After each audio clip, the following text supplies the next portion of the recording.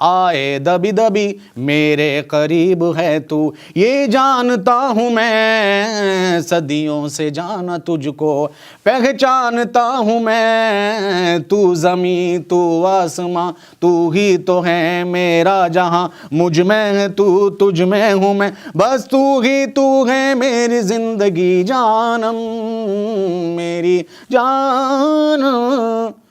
तो अब इसमें सिर्फ मेरी पोएट्री नहीं थी, इसमें पता चला कि सिचुएशन भी है और धुन का एक साउंड भी है और डायरेक्टर को ये चीज़ पसंद नहीं है, ये है वो भी है। बहरहाल कुल मिला के एक मुजस्समा बना और वो अल्हम्दुलिल्लाह वो गाना लिखा गया और मैंने राहत की सांस ली और पब्लिक ने उसे पसंद किया, लोगों ने पसंद अच्छा किया आपको और उससे आपकी नई राहें खुली आपके लिए। जी हाँ, ये हुआ ना। अच्छा, उसमें ये भी था कि भाई हम तो जो वो लिखते हुए आए थे, जो हमारे दिल में हमने वो लिखा गज़ल, और उसमें एक बहर और मीटर, यहाँ आए तो उनकी मर्जी से लिखना पड़ा, तो ये बड़ा मुश्किल था। तो उसके लिए आप समझते हो कि एक आम शायर के लिए मुश्किल है? जी, बहुत लिखना? मुश्किल काम है। उसके लिए आपका मौसीकी से वाकफियत ज़रूरी? जी, वो भी ज़रूरी है और उसके अलावा जो और कई चीज़ें होती हैं टेक्निकली, जैसे धुन का एक साउंड होता है, अच्छा, वो है, एक सिचुएशन होती है, हाँ। वो है, और एक जो आपसे लोग काम करा रहे हैं वो अपना हक समझते हैं और बहरहाल उनका हक भी है। और ये मैं हमेशा बोलता हूँ कि गाने जो हैं वो फिल्म के लिए होते हैं, गानों के लिए फिल्म नहीं होती।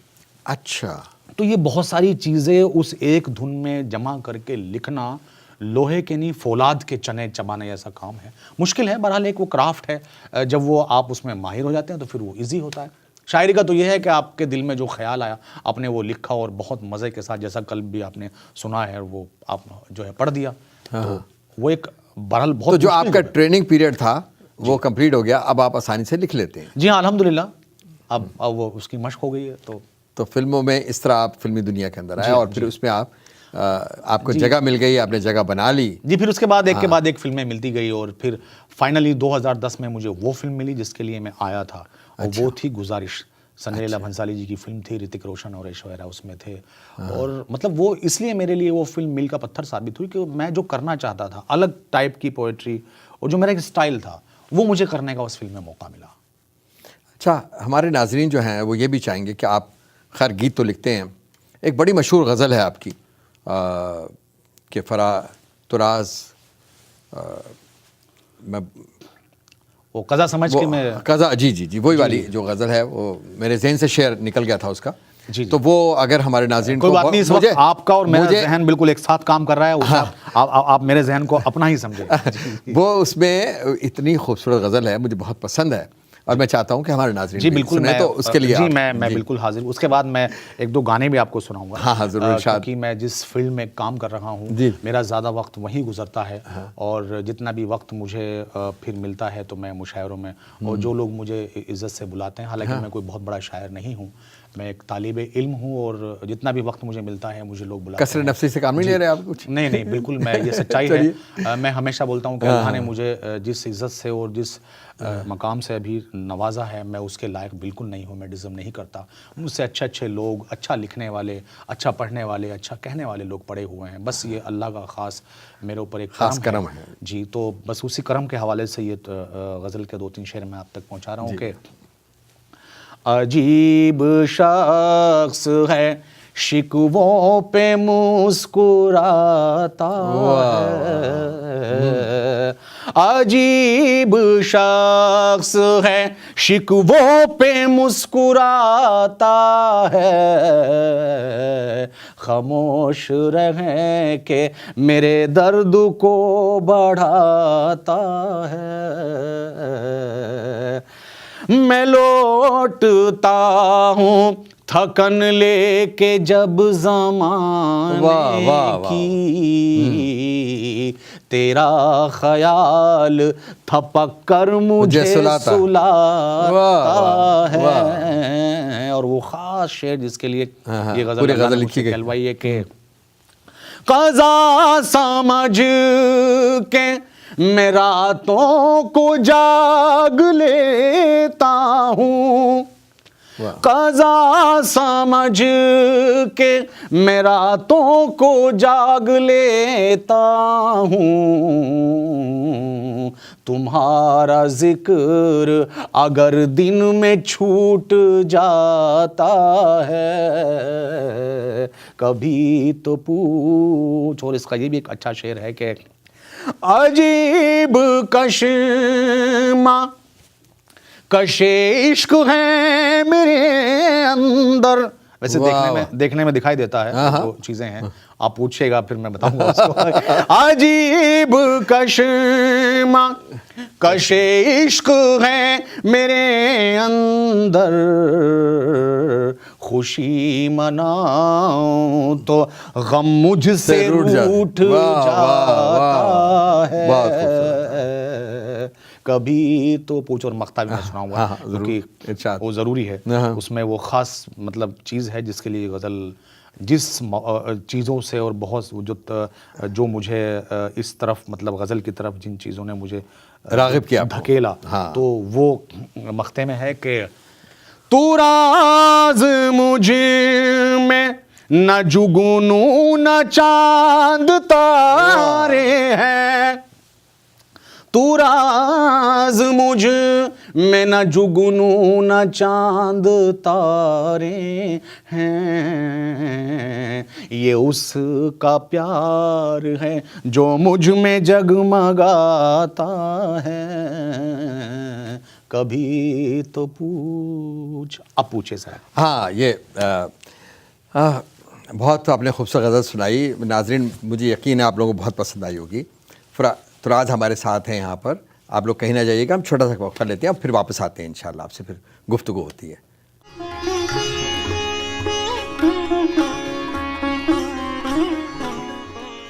Brought to you by DDK Kebab and Grill.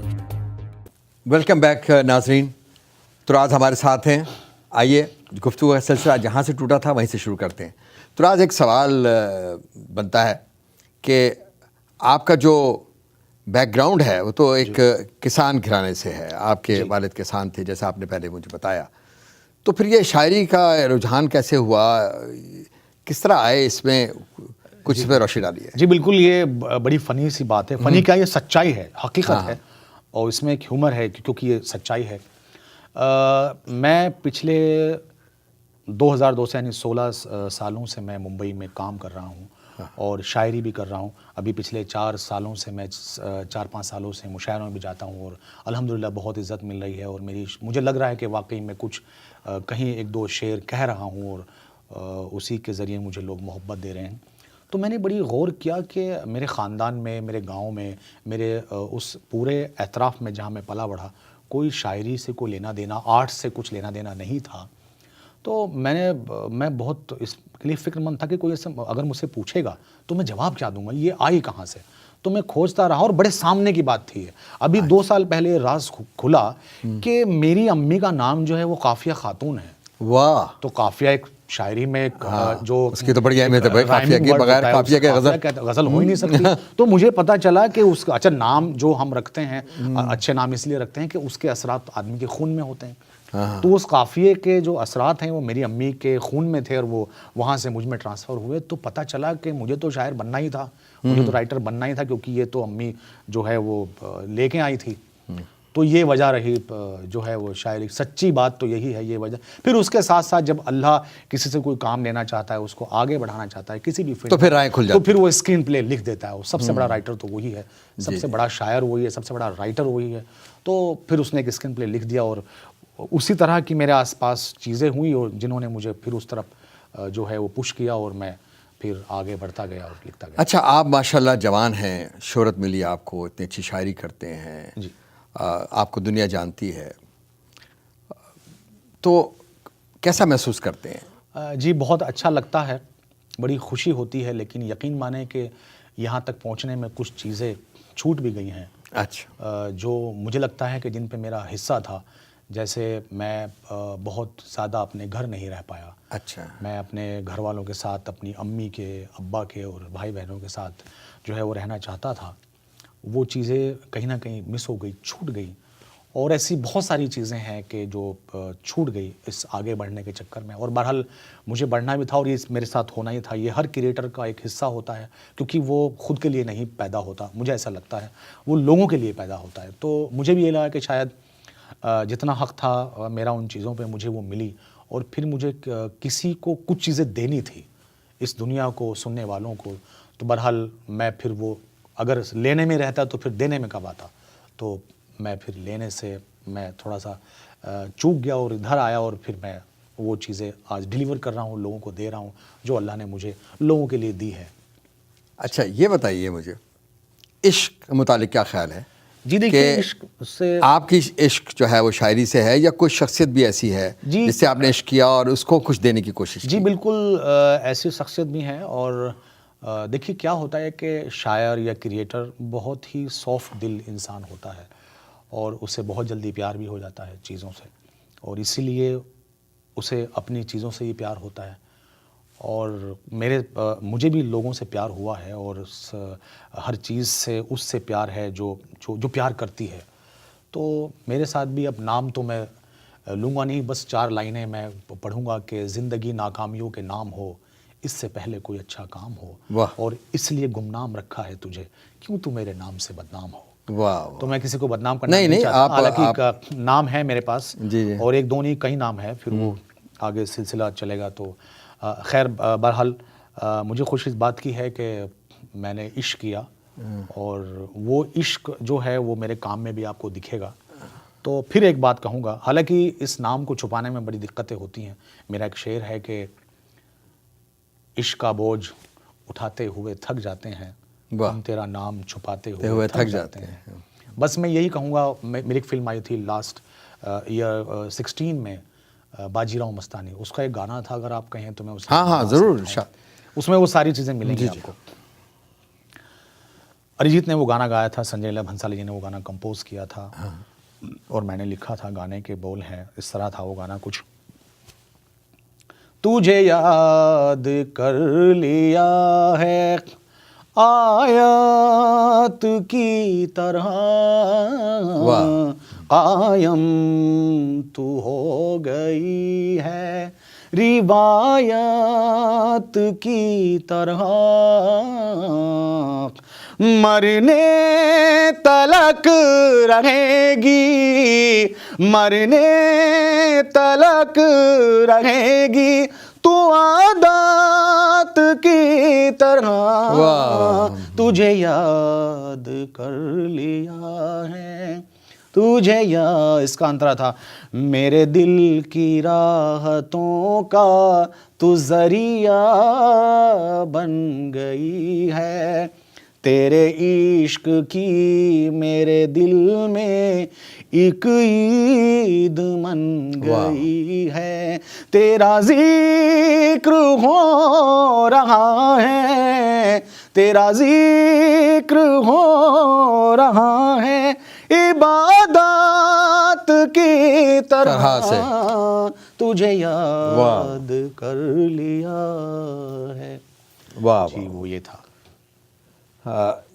आपकी एक बहुत बड़ी फिल्म पद्मावती, जी हाँ, जिसके आपने गाने लिखे हैं, और जो मैंने सुना है कि हिंदुस्तान की सबसे महंगी तरीन फिल्म है, और जिसको हॉलीवुड वाले जो है पैरामाउंट वाले वो रिलीज़ कर रहे हैं। जी। तो उसके हवाले से कुछ बताइए। जी, ये मेरे लिए बड़ी ही खुशनसीबी की बात है, और जिस सफ़र को तय करने के लिए मैं मुंबई आया था, मुझे लग रहा है कि ये वो मंजिल का उस सफ़र की मंजिल का ये फ़िल्म एक हिस्सा है, क्योंकि ये आज तक की बॉलीवुड की सबसे मेगा बजट और सबसे जो है वो चर्चित फिल्म है। और हमारी फिल्म इंडस्ट्री का एक ऐसा मेकर जिसका नाम संजय लीला भंसाली है, पूरी दुनिया में लोग उसका लोहा मान चुके हैं, तो उसने इस फिल्म को जो है वो डायरेक्ट किया है। तो मेरे लिए ये फिल्म बहुत ही बड़ी है, और बहुत ही अहम इसलिए है कि ये संजय लीला भंसाली ने डायरेक्ट की है, और मैं इसका हिस्सा हूँ। और पहली बार किसी फिल्म को पैरामाउंट पिक्चर जो है वो रिलीज़ कर रहा है, और 150 कंट्री में ये फिल्म रिलीज़ हो रही है, और बहुत सारी लैंग्वेज में मेरे गाने ट्रांसलेट हो रहे हैं। तो मुझे ये बड़ी खुशी है, और मेरे लिए नहीं, ये मुंबई फिल्म इंडस्ट्री के लिए भी, बॉलीवुड के लिए एक बड़ी फ़ख्र की बात है कि इस तरह की फ़िल्म यानी कल्चर्ड फिल्म है, वो एक कल्चर को बिलोंग करती है, तो वो एक फिल्म रिलीज़ हो रही है और मैं उसका हिस्सा हूँ। मेरे 2 गाने उसके रिलीज़ हो चुके हैं, जिसमें एक गाना वो घूमर घूमर है कि धनक प्रीत की सर पे ओढ़ के घूमर घूमर घूमे, ललक रीस सब जग की छोड़ के घूमर घूमर घूमे। कुछ गा के जी, जो जी, तरन्नुम वो से। जी इस तरह है कि धनक प्रीत की सर पे ओढ़ के घूमर घूमर घूमे, ललक रीत सब जग की छोड़ के घूमर घूमर घूमे, भर के ढोला वाले ठाट घूमर घूमर घूमे। ये इस तरह गाना है जिसको मेरे ख्याल से बहुत सारे तकरीबन 73 मिलियन लोग उसको देख चुके हैं। और एक गाना इसमें और रिलीज हुआ जो अगेन पोएटिक गाना है।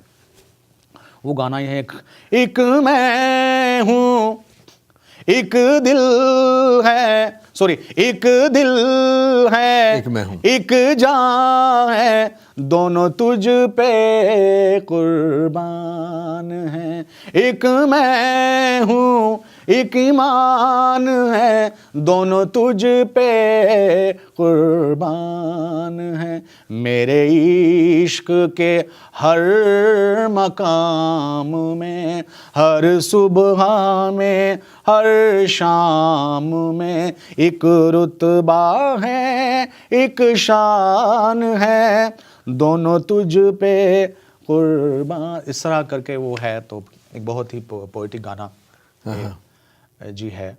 और आप चूंकि पाकिस्तान से बिलोंग करते हैं, तो मुझे एक बात याद आ गई। आपके यहाँ के एक बहुत ही कमाल तरीन सिंगर हैं जावेद बशीर साहब। हाँ, जावेद बशीर जी, जो उन्होंने एक बाजीराव फिल्म में एक मेरा गाना गाया था। और अच्छा। मैं उस गाने को यहाँ, क्योंकि मैं उनकी सिंगिंग से बहुत ही मुझे खुशी हुई थी वो सुन के गाना, क्योंकि उन्होंने, मुझे लगता है जो मैंने कॉन्सेप्ट, जो ख्याल मैंने लिखा था, उससे उसको उन्होंने जस्टिफाई किया। अच्छा, तर्जुमानी की सही मायने में आवाज़। तो मैं वो गाना मेरे लिए बहुत अहम था, तो उसकी मैं कुछ लाइनें आपसे शेयर करना चाहूँगा। वो गाना था, बाजीराव मस्तानी में गाना था, हालांकि वो गाना एंड स्क्रॉल में चलता था, जब एंड स्क्रॉल आते थे तो वो गाना चलता था। गाना था कि आज इबादत रूबरू हो गई है, आज इबादत रूबरू हो गई है, जो मांगी थी उस दुआ से गुफ्तगू हो गई है। मेरे मौला तेरा शुक्रिया। वाह वाह वाह, कॉन्सेप्ट था उसमें। बहुत मज़ा आया आपसे गुफ्तगू करने में, आपकी शायरी सुनने में, आपके गीत सुनने में। नाज़रीन, मुझे यकीन है कि आप लोगों ने बहुत एंजॉय किया होगा तुरास की शायरी को। आज हमें इजाज़त दीजिए, इंशाल्लाह अगले एपिसोड जाते जाते मैं एक शेर और सुनाना चाहूँगा। हाँ, ज़रूर, एक मैसेज देना चाहूँगा। जी, वो शेर है कि दिल और निगाह भी न रहे इख्तियार में, दिल और निगाह भी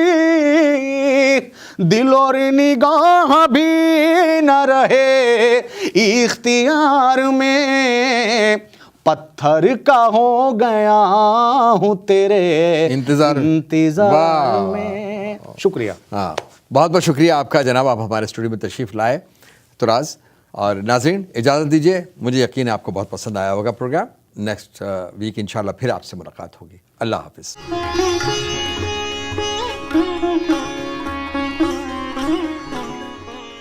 Brought to you by DDK Kebab and Grill.